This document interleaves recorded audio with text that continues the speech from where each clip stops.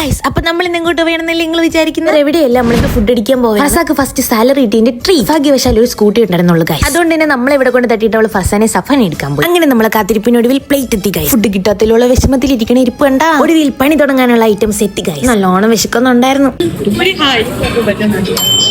എന്തൊരു സമാധാനം. ഇതൊക്കെ പുതിയതാണ്, എമ്മിയുടെ വെറൈറ്റി ഐറ്റംസ്. വിശന്ന് ചത്താൽ ഇതിനൊരു കുറവില്ല. ഈ പരിപാടി ഇന്നും തീരണ ലക്ഷണമില്ല. നിങ്ങളെ കൂട്ടത്തിലുണ്ടോ ഗൈസ് ഇങ്ങനെ ഒരെണ്ണം? Mention please. ഫർസയുടെ തെറിവിളി എടുത്താണ്. സഫാടെ അവസ്ഥ അതിലും കഷ്ടം. പിന്നെ ഇതെല്ലാം ശീലമുള്ള ഞാനും വാവി. ഇതൊക്കെയാണ് നമ്മൾ ഓർഡർ ചെയ്ത ഐറ്റംസ്. അടിപൊളി. ഒരു നാളിന് ശേഷം നമ്മൾ ഒരുമിച്ചിരുന്ന് ഫുഡ് കഴിക്കും. അതുകൊണ്ട് തന്നെ ഇന്നത്തെ ദിവസം അടിപൊളിയായിരുന്നു. അങ്ങനെ നമ്മൾ എല്ലാവരും ഫുഡ് കഴിക്കാനായിട്ട് തുടങ്ങി. അടിപൊളി ഫുഡായിരുന്നു. കഴിച്ചു കഴിഞ്ഞാൽ ഒരു ഫോട്ടോഷൂട്ട് മെയിൻ ആണ്. 5 പേര് ഈ ഫ്രെയിമിൽ തികയുന്നില്ലെന്നുള്ളതാണ് സത്യം. അങ്ങനെ ഇരുന്നപ്പോഴാണ് നമ്മൾ അവിടെ വെച്ച് നമ്മളെ സെലിബ്രിറ്റിനെ കാണുന്നത്. എന്തൊക്കെ പറഞ്ഞാലും അവന്റെ ചിരി ഹൈലൈറ്റ് ആണ്. കഷ്ടപ്പെടുന്ന വനിതയായത് കൊണ്ട് തന്നെ എനിക്കൊരു ക്രാഫ്റ്റിന്റെ വർക്ക് ഉണ്ടായിരുന്നു. അതിന്റെ പ്രിന്റ് എടുത്ത് വരുന്നതാണ് നിങ്ങൾ ഈ കാണുന്നത്. ഒറ്റയ്ക്കല്ല, നമ്മളുടെ കൂടെ 2 പേരുമുണ്ട്. കണ്ടില്ല? നെക്സ്റ്റ് സ്പോട്ട് നമ്മളെ പെട്രോൾ പമ്പ്. പാവപ്പെട്ട എന്റെ സ്കൂട്ടി കുറച്ച് നാളായിട്ട് പണിയിലാണ്. വേണം എന്റെ വാഹനത്തിനൊന്ന് നേരെയാക്കി എടുക്കാൻ. കുറച്ച് പെട്രോളൊക്കെ തറയിപ്പോവും, അതങ്ങനെ തന്നെ സ്വാഭാവിക. ശേഷം ഇപ്പൊ പ്രതീക്ഷ തകർന്നു പോയി ഗൈസ്. എന്റെ പടകുതിരിനെ വർഷോപ്പിൽ കൊണ്ടിടേണ്ടി വന്നു. അതിന്റെ വിഷമത്തിൽ ഞാൻ ഇവിടെ നിൽക്കുമ്പോഴാണ് ഈ പരിപാടി ഇവിടെ നടക്കുന്നത്. എന്ത് ചെയ്യാൻ, സഹിച്ചല്ലേ പറ്റത്തുള്ളൂ. ഇന്നത്തെ കലാപരിപാടികൾ ഇവിടെ അവസാനിക്കുകയാണ്. ബൈ.